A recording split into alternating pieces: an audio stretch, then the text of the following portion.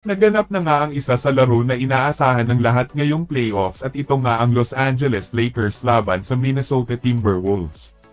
Mas naging mainit ang kanilang laro dahil sa expectation sa parehong koponan kung hanggang saan ang kaya nitong abutin ngayong season. Malakas kong ituring ang Los Angeles Lakers dahil nga kinuha si Luka at hindi rin nagpapahuli ang Minnesota Timberwolves na nandyan si Anthony Edwards na nasa prime pa ngayon ang paglalaro.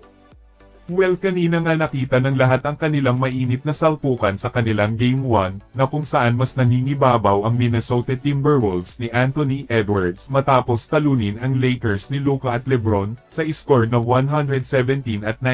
na literal na tambak ito kung ituring.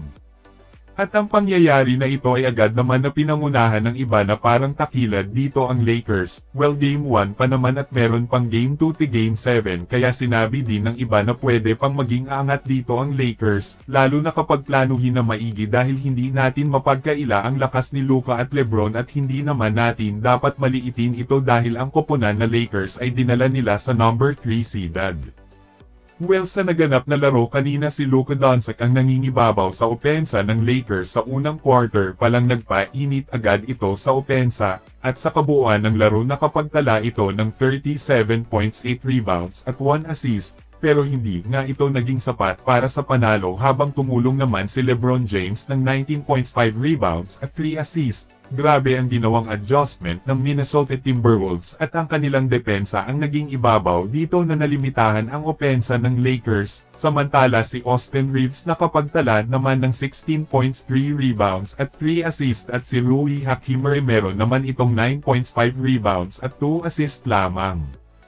Para naman sa Minnesota Timberwolves nakapagtala naman si Anthony Edwards na merong 22 points, 8 rebounds at 9 assists. Game high naman ang ipinakita ni McDaniel sa lahat na kung saan bumagsak ito ng 25 points, 9 rebounds at 2 assists. Habang malaki din ang naging ambag ni Nash Reed na nakapagtala ito ng 23 points, 5 rebounds at 2 assists, 16 points, 5 rebounds at 5 assists naman si Julius Randle.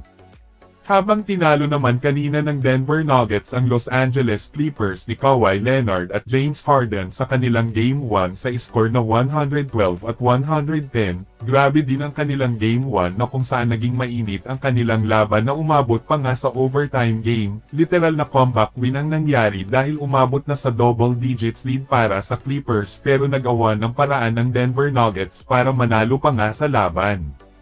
Si Russell Westbrook ang isa sa nagpanalo dahil sa kanyang depensa sa huling bahagi ng laro upang selyuhan ang laro sa panalo. Minalas ang Clippers sa dulo na natalo pa nga at ang masakit dito sa Clippers ay gumawa sila ng 20 na turnover at isa si Russell Westbrook dito ang naging dahilan dahil sa depensa niya. Sa field goal lumamang ang Los Angeles Clippers na merong 50% habang ang Denver Nuggets meron itong 43.6%. Habang sa 3-point shot naman lumamang pa rin dito ang Clippers na merong 36.4% habang ang Denver Nuggets meron namang 33.3%, at sa free throw line lumamang na ang Denver na merong 77.8% at ang Clippers meron naman itong 75%, pero ang isa sa malaking pagkatalo dito ng Clippers gaya ng sinabi ko ang kanilang turnover.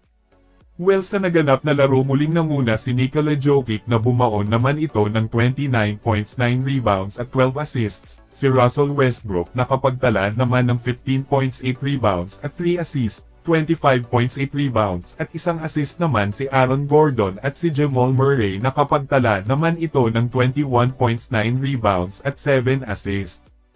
At para naman sa Los Angeles Clippers nanguna si James Harden na bumaon ng 32.6 rebounds at 11 assists, si Kawhi Leonard bumagsak naman ng 22.6 rebounds at 2 assists, double-double sana si Ivica Zubac na meron itong 21 points, 13 rebounds at 2 assists.